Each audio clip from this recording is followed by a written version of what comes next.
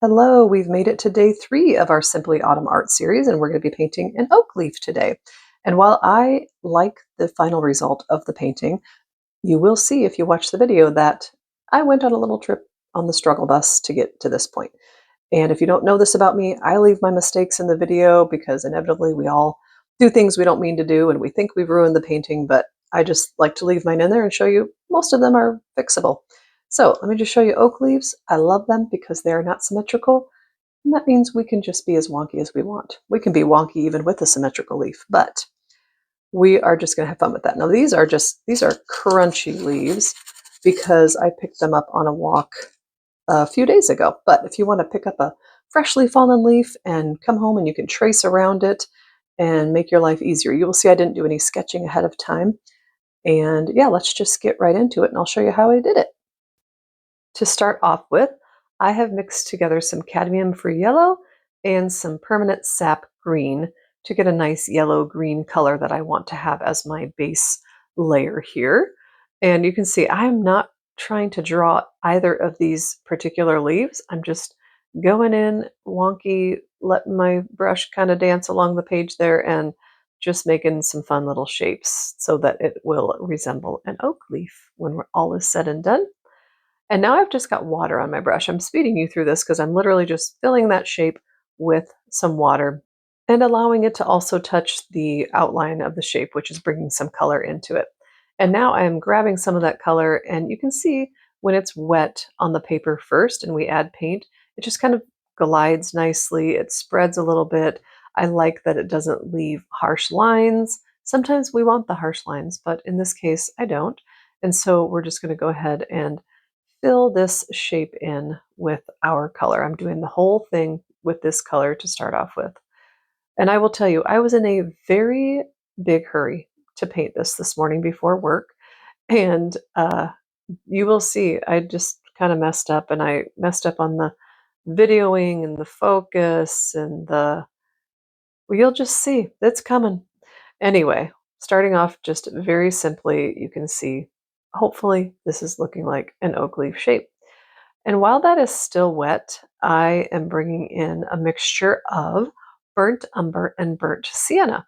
And to start off, I'm just going around the edges and I'm letting that brown mixture blend together nicely with our green and yellow mixture.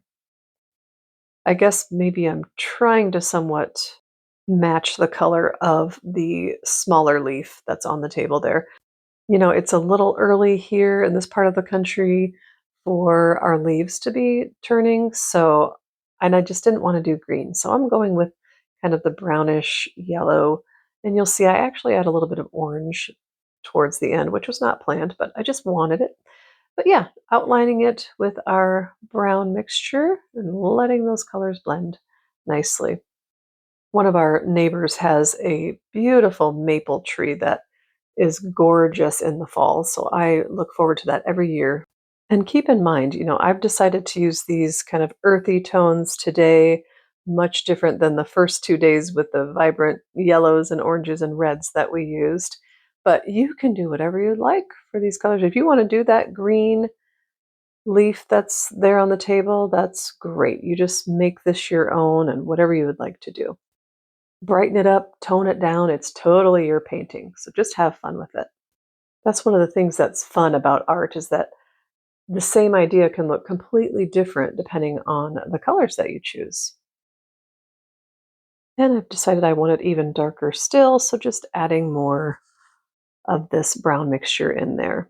Also, in terms of how you approach the blank page for this one, for instance, you can start, I know a lot of people start with painting in the stem first, or like I said, you can trace the leaf, you can pencil in everything, you can just paint the stem and all the little veining that goes through the leaf, or whatever makes sense to you. Obviously, I just decided to go in with a wonky shape, and then I will be adding the details here in a little bit. And we are going to make this a line and wash painting. At least I am. You certainly don't have to, but it just adds to it. Plus, you'll see my mistakes are coming up very shortly here, and sometimes I use my pens at the end to kind of try to cover up some of said mistakes. And you can play with this as little or as much as you want. I love letting colors blend, so this is a relaxing part for me, but you do what works for you. Okay, I was going to dry this and just have this be my first layer, but then before everything dried, I decided to add a little bit of orange here and there. So it just made sense to me, and I thought it would be really pretty. Still very muted, and I really like it. I like how it's blending because everything is still wet, even though you just saw my dryer, but didn't dry it hardly at all. So we're just adding these orange elements. Yeah, I went for a walk the other day on a trail where I know there's a big oak tree at the end of this trail. And let me show you some footage of that as I just tap in this orange here. And yeah, it's just beautiful, isn't it? I just love oak trees. And I did learn something that oak leaves usually hang on a little bit longer than maples, so sometimes even into winter. So I'll be excited to go check the oak tree out as we head into fall here. Do you say fall or do you say autumn? I read this the other day and thought it was hilarious.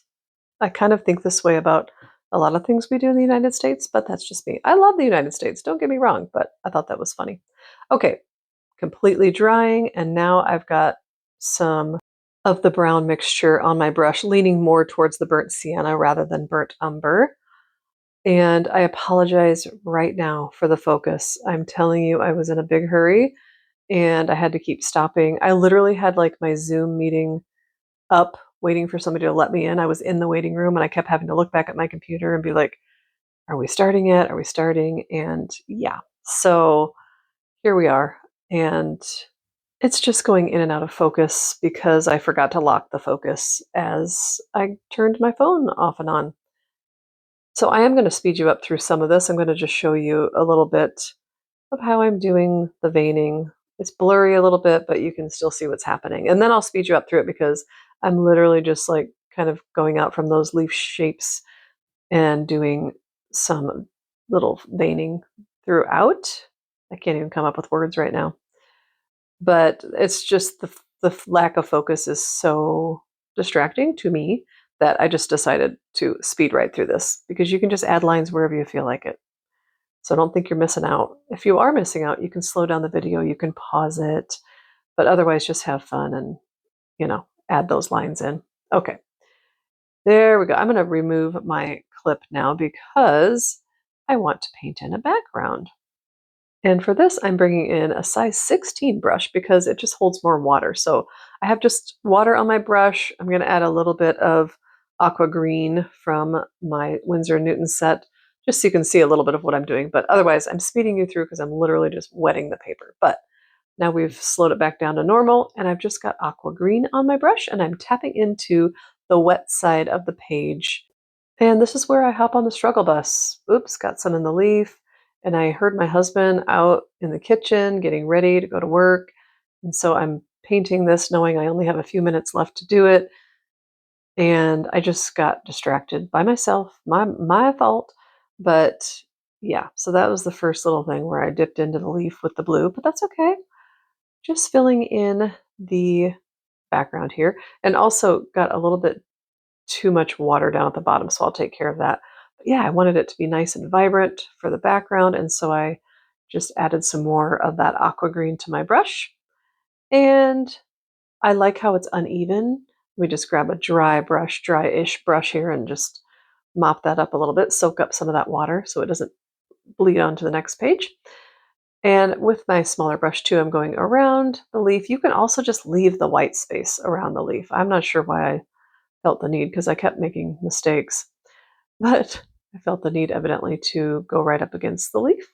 I think both look really nice. So this is where I asked my husband to come here real quick because I needed to talk to him about a couple things. And then I'm like, oh no, oh no, oh no. I kept trying to get the blue out of the leaf, but not realizing it was also on my finger. So yeah, it's okay. So now there's blue in the leaf. And I kind of thought, well, this is why I don't like sketchbooks because now I just ruined this page. But then I thought, no, I always tell people we can fix it. We can fix it. And I pretty much fixed it. So there's blue in my leaf. If I had to do it over again, I would do it differently. My fix for this one, right, that little blue spot there, and if there's a few blue spots, is I decided to come in with some more of the brown mixture just to darken things up.